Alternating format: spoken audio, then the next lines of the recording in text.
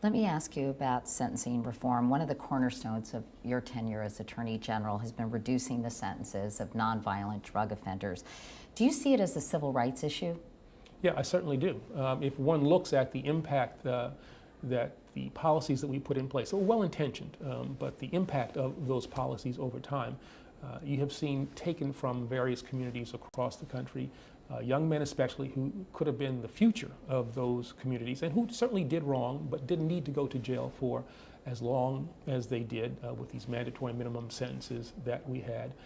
When you see the disproportionate impact on communities of color, especially when you see that drug usage among African Americans, Hispanics is roughly the same as whites, and yet you see Hispanics and African Americans going to jail for far longer and a much greater rate. Yeah, it's a civil rights issue and one that I'm determined to confront as long as I'm Attorney General. This past spring, Yahoo News reported the president may grant clemency to thousands of federal drug offenders who are serving time right now. 18,000 have already applied for clemency. Will they be released, and if so, when? Well, we certainly will look at the applications that have come in. We set out criteria that had to be met. They had to serve at least 10 years. They had to be shown that they could behave themselves while they were in prison, that they were not part of drug gangs or had not been engaged in violent crimes.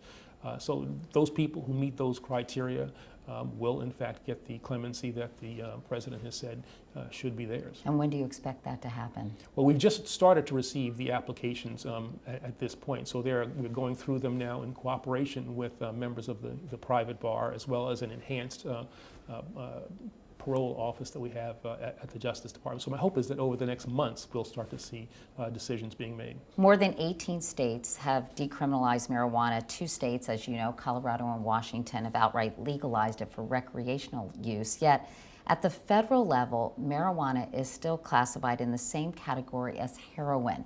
In your view, should that change? Well, I think it's certainly a question that we need to ask ourselves, whether or not marijuana is as serious a drug as is heroin, especially given what we've seen recently with regard to heroin, the progression of people from using opioids to heroin use, the spread and the destruction that heroin is perpetrating all around our country. And to see how, by contrast, what the impact is of marijuana use. Now, it can be destructive if used in certain ways, but the question of whether or not they should be in the same category is something that I think we need to ask ourselves and use science as the basis for making that determination. Given what we know now, do you think marijuana should be decriminalized at the federal level? Well, that is something for Congress to decide. I think that we have taken... But what's your position on it? Well, I think that we have taken a look at the experiments that are going on in Colorado and in Washington, and we're going to see what happens there, and I think that'll help inform us as to what we want to do on the federal level. For you, the jury is still out? Yeah, it is.